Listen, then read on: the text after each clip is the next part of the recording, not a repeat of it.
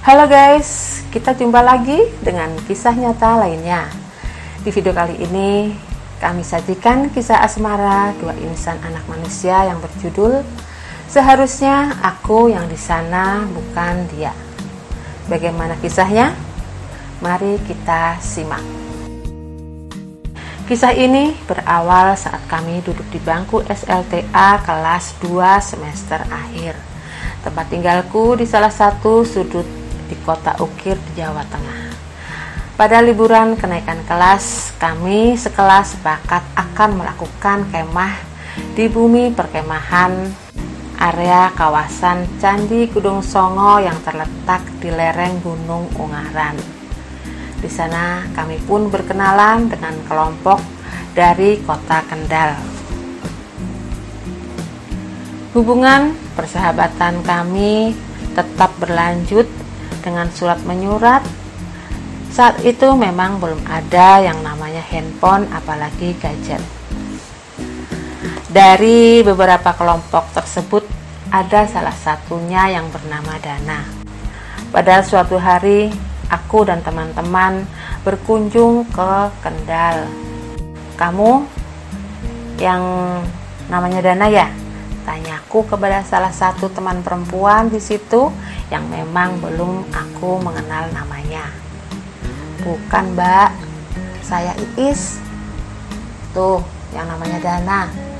Sambil menunjuk ke salah satu teman laki-lakinya yang ada di situ.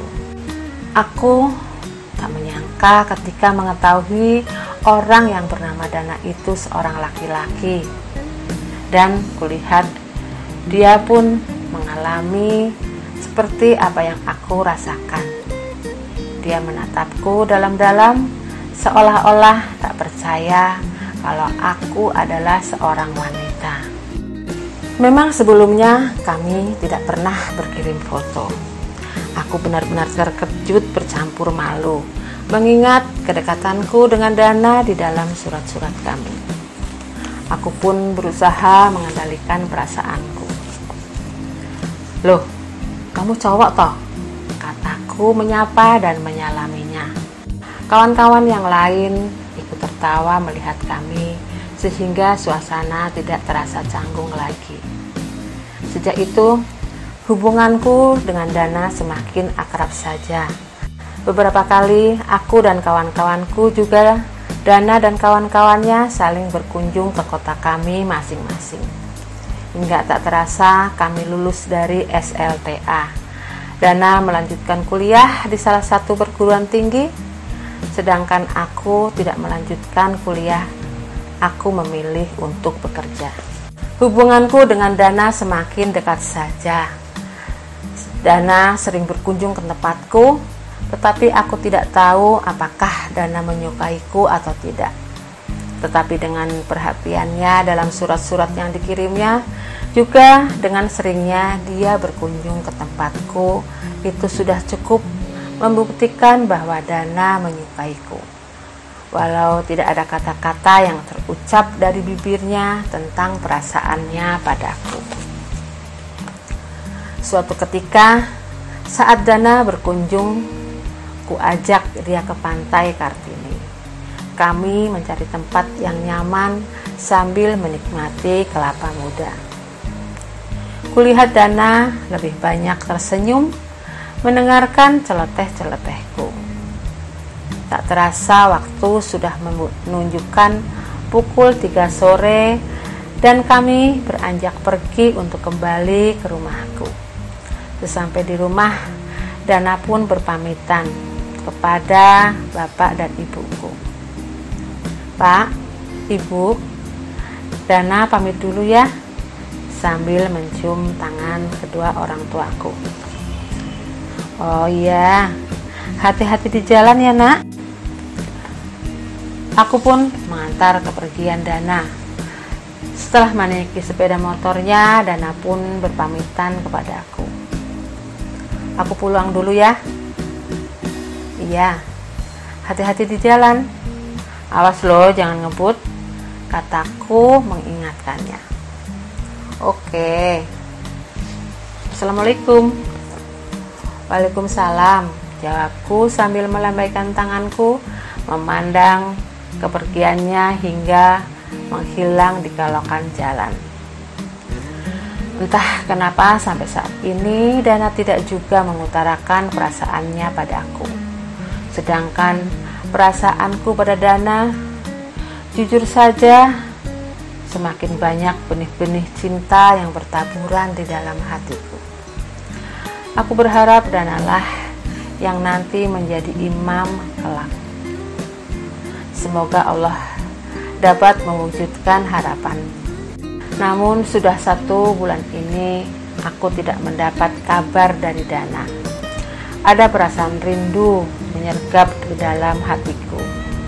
Sudah 2 kali kukirim surat kepada Dana, tetapi tak ada balasan dari Dana. Ada apa dengan Dana ya? Apakah dia baik-baik saja? Selama ini Dana selalu rajin dan cepat membalas setiap surat-suratku yang datang. Suatu hari ketika aku pulang dari kerja, aku langsung masuk ke kamarku. Kulihat di atas meja kamarku ada sepucuk surat undangan pernikahan. Kuraih dan kubaca undangan tersebut. Di situ tertera nama Bagus Pradana dan calon istrinya. Ya Allah, ternyata Dana telah mendapatkan jodohnya. Terbakar rasa hatiku. Tak terasa air mataku pun menetes. Kalau seandainya kamu tidak suka kepadaku, kenapa sikapmu dan tutur katamu sangat manis, seolah membuat aku berharap lebih terhadapmu. Di saat hatiku mulai yakin, kenapa kecewa yang aku dapatkan?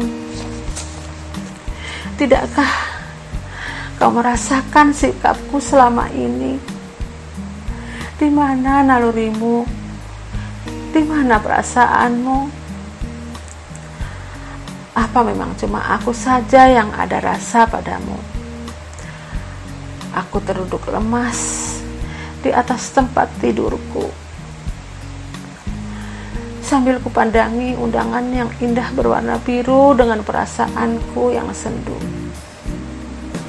Ternyata cintaku bertepuk sebelah tangan.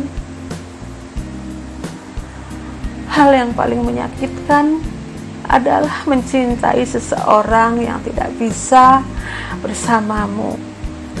Terkadang Tuhan membuat kisah hidup kita berjalan dengan seseorang hanya untuk sebagai teman di suatu masa, tetapi tidak sebagai pasangan selamanya. Aku mencintaimu, tetapi aku harus berhenti berharap dan mengejarmu. Nikmatilah kebersamaan kalian dalam sukacita. Semua bisa berakhir, tetapi hidup harus tetap berjalan.